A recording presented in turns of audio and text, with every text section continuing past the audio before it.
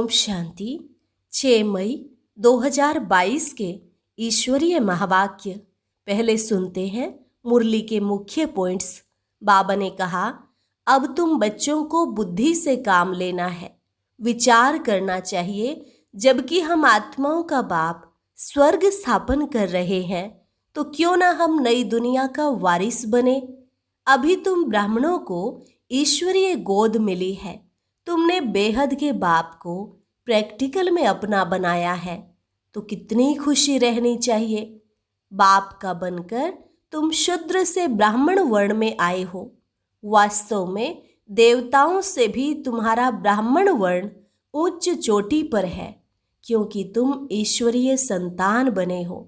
तुम ब्रह्मा कुमार कुमारियां ईश्वरीय गोद में आकर पवित्र बन फिर 21 जन्मों के लिए दैवी गोद में चले जाते हो।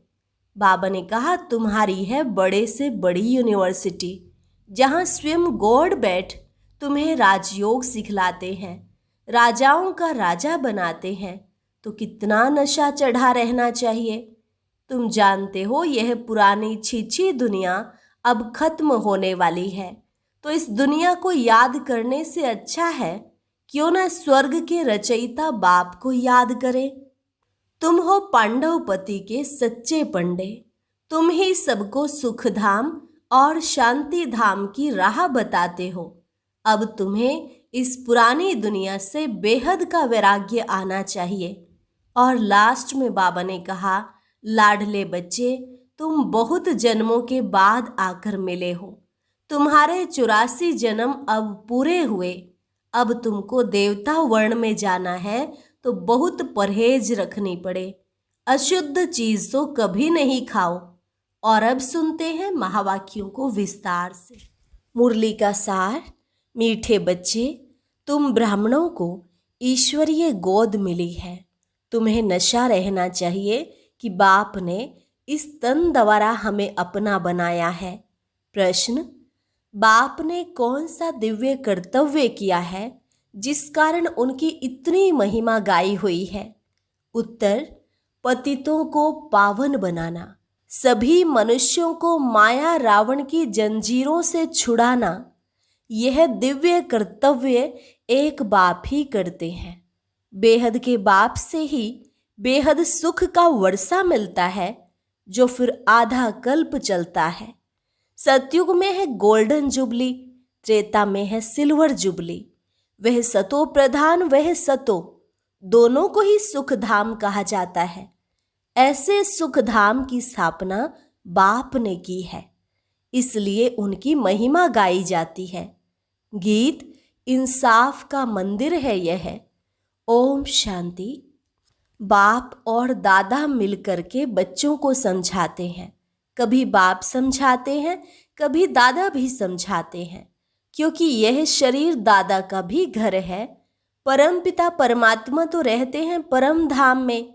जरूर कोई समय में उनका यह भारत ही घर होता है। तब तो शिवरात्रि मनाई जाती है। शिव के बहुत मंदिर भी हैं, तो सिद्ध होता है कि भारत खंड में ही उनका आना होता है, पतित को पावन बनाने व सभी मनुष्यों को माया रावण की जंजीरों से छुड़ाने। क्योंकि अब रावण का राज्य है, रावण को जलाते भी भारत में है। शिवरात्रि और कृष्ण जयंती भी भारत में ही मनाते हैं। रावण का राज्य भी आधा कल्प चलता है। फिर बाप आते हैं पतितों को पावन बनाने। बस एक ही बार पावन बना देते हैं, फिर आते ही नहीं। बाप का नाम भारत में प्रसिद्ध है। जरूर कोई दिव्य कर्तव्य किया है, तब तो उनका नाम है। मनुष्य को तो पावन बना न सके। पतित पावन एक ही बाप को कहा जाता है। स्वर्ग नर्क यह नाम भी भारत पर ही पड़ा है। भारत 5000 वर्ष पहले स्वर्ग था। उनको परिस्तान भी कहा जाता है, तो जरूर बाप से वर्षा मिला है। बाप अक्षर बहुत मीठा लगता है, उनसे ही बेहद सुख का वर्षा मिलता है, जो सुख आधा कल्प चलता है, जिसकी गोल्डन जुबली सिल्वर जुबली मनाते हैं। सतयुग को गोल्डन जुबली, त्रेता को सिल्वर जुबली कहते हैं। वह सतो प्रधान, वह सतो दोनों को मिलाकर सुखधाम कहा जाता है। नंबर 1 है सूर्यवंशी, सेकंड नंबर चंद्रवंशी। बाप जब इस भारत खंड में आते हैं तो भारत को पावन बनाते हैं। फिर जब भक्ति शुरू होती है तो कलाएं कमती होती जाती हैं। झाड़ जड़जड़ी भूत तमो प्रधान बन जाता है, सब भक्त बन जाते हैं। साधु भी साधना करते हैं बाप को पाने के लिए, अर्थात मुक्ति, जीवन मुक्ति जाने के लिए। आधा कल्प भक्ति करते हैं बाप को पाने के लिए। जब वह समय पूरा होता है तो फिर बाप आता है भक्तों को सुखी बनाने। सतयुग में तो सुख, शांति, संपत्ति सब है। वहां कभी अकाले मृत्यु नहीं होती है, कभी रोते पीटते नहीं। यह कौन समझाते हैं? बेहद का बाप, उनका नाम भी चाहिए। कलयुग में है ही अंधियारा, भक्ति मार्ग की ठोकरें खाते रहते हैं। स्वर्ग में तो दुख की बात होती नहीं, सब सुखी रहते हैं, इसलिए भगवान को पुकारते नहीं। सतयुग को सुख धाम, कलयुग को दुख धाम कहा जाता है। वल्लभाचारी वैष्णव लोग समझते हैं कि सतयुग में लक्ष्मी नारायण का राज्य था, यथा राजा रानी तथा प्रजा सुखी थे, उसको गोल्डन एज कहा जाता है। सतयुग से लेकर जो चक्र में आते हैं उनके ही 84 जन्म होंगे। बच्चों को समझाया है कि यह झाड़ है, सब पत्ते इकट्ठे नहीं आएंगे। सतयुग में एक ही आदि सनातन देवी देवता धर्म था, उनको हिंदू नहीं कहेंगे। देवी देवताएं तो सर्वगुण संपन्न, 16 कला संपूर्ण गाए जाते हैं। जो उन्हों के पुजारी हैं तो वह जरूर उसी धर्म के होने चाहिए। क्रिश्चियन क्राइस्ट को याद करते तो उस धर्म के है ना। फिर भारतवासियों ने अपने देवी देवता धर्म का नाम क्यों गुम कर दिया है? तुम जानते हो, हम सो देवता थे, हम ही जन्म मरण में आते हैं। हम सो देवता क्षत्रिय बनते हैं, 84 जन्म लेते लेते अंत में आकर शूद्र बनते हैं। शूद्र से फिर ब्राह्मण बनना पड़े, ब्राह्मण बनते हैं ब्रह्मा की औलाद। सभी आत्माएं वास्तव में शिव की औलाद तो है ही। वह है बेहद का बाप, उनको परम पिता परमात्मा ओ गॉड फादर अथवा हेवनली गॉड फादर कहा जाता है। वह है स्वर्ग का रचयिता। अब बुद्धि से बच्चों को काम लेना है। जबकि बाप स्वर्ग स्थापन करते हैं तो हम क्यों न नई दुनिया का वारिस बने। अब वह नई दुनिया पुरानी हो गई है, फिर नई दुनिया कैसे बनेगी? गांधी भी गाते थे ना कि नया राम राज्य, नया भारत हो। हम जानते हैं कि अब वह स्थापन हो रहा है। अभी तुम ब्राह्मणों को ईश्वरीय गोद मिली है, बेहद के बाप को अपना बनाया है प्रैक्टिकल में। ऐसे तो सब कहते रहते हैं, ओ गॉड फादर रहम करो, परंतु इस समय बाप ने आकर इस तन द्वारा तुमको अपना बनाया है। वह कलयुगी ब्राह्मण है, कुख की संतान। हम है ब्रह्मा मुख वंशावली। प्रजापिता ब्रह्मा ठहरा तब तो इतने बच्चे पैदा करेंगे ना। तो यह है मुख वंशावली, परम पिता परमात्मा ने अडॉप्ट किया है ब्रह्मा मुख द्वारा, तो गोया माता भी हो गई।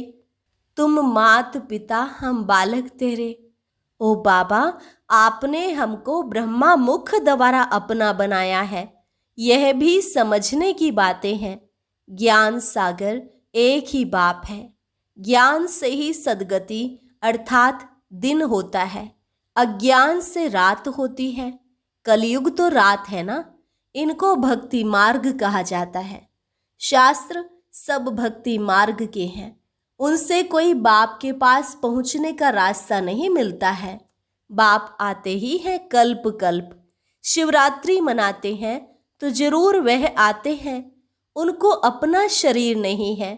ब्रह्मा विष्णु शंकर को भी देवता कहा जाता है।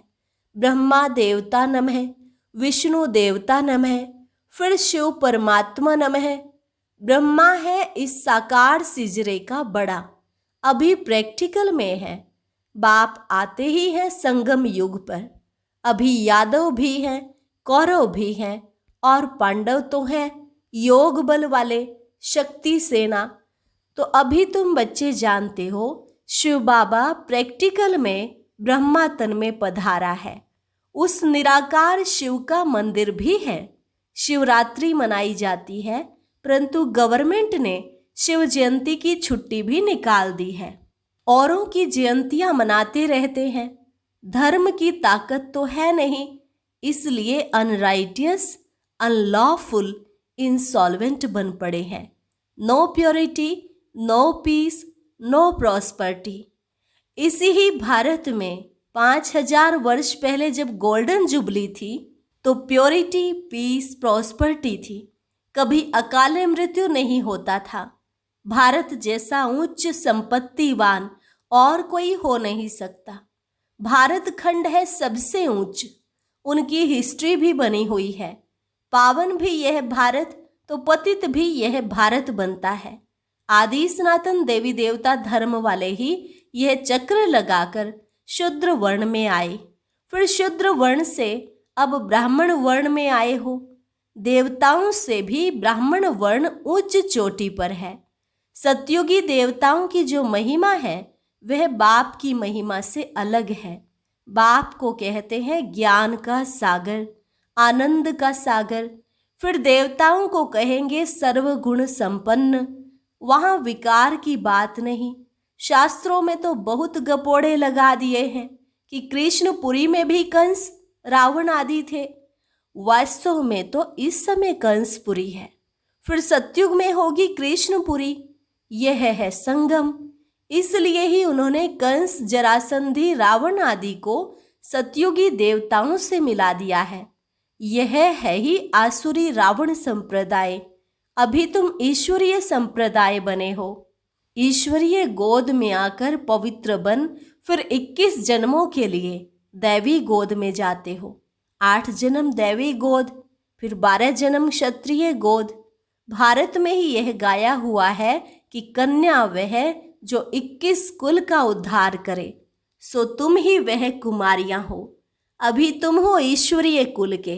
दादा है शिव बाबा, बाप है ब्रह्मा। तुम हो ब्रह्मा कुमार कुमारियां। वर्षा उस बेहद के बाप से मिलता है। देने वाला वह है, वह तो निराकार है। वह राजयोग अब कैसे सिखलावे। नर से नारायण बनाने लिए जरूर साकार शरीर चाहिए। तो इस पतित तन में आते हैं जिसने 84 जन्म लिए हैं। यह है बड़े से बड़ी यूनिवर्सिटी, जहां स्वयं गॉड बैठ राजयोग सिखलाते हैं राजाओं का राजा बनाने। गीता का रचयिता कृष्ण नहीं है। गीता माता ने कृष्ण को जन्म दिया। जो देवता बने उन्हों को जन्म मिला शिव बाबा से। क्रिश्चियन को जन्म मिला बाइबल से, क्राइस्ट द्वारा। तुमको भी ब्राह्मण से देवता किसने बनाया? शिव बाबा ने ब्रह्मा मुख द्वारा। यह तुम्हारा है बेहद का सन्यास, वह है हद का रजोगुणी सन्यास, वह निवृत्ति मार्ग का सन्यास। तुमको वैराग्य आया है इस पुरानी छीछी दुनिया से। तुम जानते हो यह तो अब खत्म होने वाली है। इससे तो क्यों न हम स्वर्ग के रचयिता बाप को याद करें। बाप कहते हैं लाडले बच्चे, तुम बहुत जन्मों के बाद आकर मिले हो। तुमने 84 जन्म पूरे लिए हैं। अब तुमको फिर देवता वर्ण में जाना है। इसमें परहेज भी बहुत है, अशुद्ध चीज खा न सके। बाप कहते हैं मैं संगम पर आता ही हूँ मूत पलीती कपड़ों को पावन बनाने। अब मौत सामने खड़ा है। यादव, कौरव और पांडव भी हैं, तो जरूर पांडवपति भी होगा। पांडवपति पिता परमात्मा को कहेंगे। तुम फिर हो पंडे, राह बताते हो सुख धाम शांति धाम की। इसलिए तुमको पांडव शिव शक्ति सेना कहा जाता है।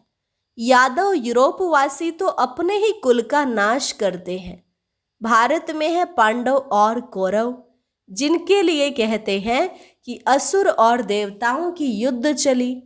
तुम अभी तो देवता नहीं हो, बनना है। श्रीमत से तुम स्वर्ग के मालिक बनते हो। बाकी सबकी है आसुरी रावण मत, आधा कल्प रावण की मत चलती है। अभी तो सारी दुनिया तमो प्रधान है। यह है रुद्र ज्ञान यज्ञ, जहाँ बाप बैठ राजयोग सिखलाते हैं।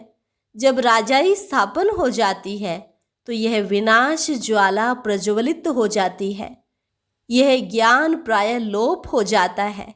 फिर ड्रामानुसार जो भी शास्त्र हैं भक्ति मार्ग के, वही निकलेंगे। सन्यासियों के फॉलोअर्स बहुत होंगे। सभी पाप धोने गंगा पर जाते हैं। अब गंगा नदी तो किसी को पावन कर नहीं सकती, वह तो पानी के सागर से निकली हुई है। ज्ञान गंगाएं तुम हो, जो ज्ञान सागर से निकली हो। बाकी गंगा कोई पतित पावनी होती नहीं है। बच्चों को फिर से भक्ति का फल, बेहद सुख का वर्षा देने आया हूं। जो बाप से आकर पढ़ेंगे वही स्वर्ग में आएंगे, बाकी सब अपने अपने सेक्शन में चले जाएंगे। इस ड्रामा चक्र को भी समझना है। चक्र को जानने से तुम चक्रवर्ती राजा बनते हो। गवर्नमेंट ने भी चक्र निकाला है। 3 शेर दिखाकर फिर नीचे लिखते हैं सत्यमेव जयते। अब शिव बाबा तुम सब पार्वतियों को आकर अमर कथा सुना रहे हैं, अमरपुरी का मालिक बनाने। इसको ही सत्यनारायण की कथा व अमर कथा कहा जाता है। यह कथा एक ही बार सुनकर तुम स्वर्ग के मालिक बनते हो। बाकी सब हैं दंत कथाएं। अच्छा, मीठे मीठे सिकिलधे बच्चों प्रति मात पिता बाप दादा का याद प्यार और गुड मॉर्निंग। रूहानी बाप की रूहानी बच्चों को नमस्ते। रूहानी बच्चों की रूहानी बाप दादा को नमस्ते नमस्ते, गुड मॉर्निंग। धारणा के लिए मुख्य सार। देवता वर्ण में जाने के लिए भोजन की बहुत परहेज रखनी है। कोई भी अशुद्ध चीज नहीं खानी है। इस पुरानी छीछी दुनिया जो कि अब खत्म होने वाली है, इससे बेहद का वैराग्य रख स्वर्ग के रचयिता बाप को याद करना है। वरदान, अपनी शक्तियों व गुणों द्वारा निर्बल को शक्तिवान बनाने वाले श्रेष्ठ दानी व सहयोगी भव। अपनी शक्तियों व गुणों द्वारा निर्बल को शक्तिवान बनाने वाले श्रेष्ठ दानी व सहयोगी भव। श्रेष्ठ स्थिति वाले सपूत बच्चों की सर्व शक्तियाँ और सर्व गुण समय प्रमाण सदा सहयोगी रहते हैं। उनकी सेवा का विशेष स्वरूप है बाप द्वारा प्राप्त गुणों और शक्तियों का अज्ञानी आत्माओं को दान और ब्राह्मण आत्माओं को सहयोग देना, निर्बल को शक्तिवान बनाना। यही श्रेष्ठ दान व सहयोग है। जैसे वाणी द्वारा व मनसा द्वारा सेवा करते हो, ऐसे प्राप्त हुए गुणों और शक्तियों का सहयोग अन्य आत्माओं को दो, प्राप्ति कराओ। स्लोगन, जो दृढ़ निश्चय से भाग्य को निश्चित कर देते हैं वही सदा निश्चिंत रहते हैं। जो दृढ़ निश्चय से भाग्य को निश्चित कर देते हैं वही सदा निश्चिंत रहते हैं। अच्छा, और अब सुनते हैं आज का अव्यक्त ज्ञान मोती। ये एक बहुत संस्कारितापूर्ण वीडियो है, जरूर देखें, कोई भी मिस ना करे।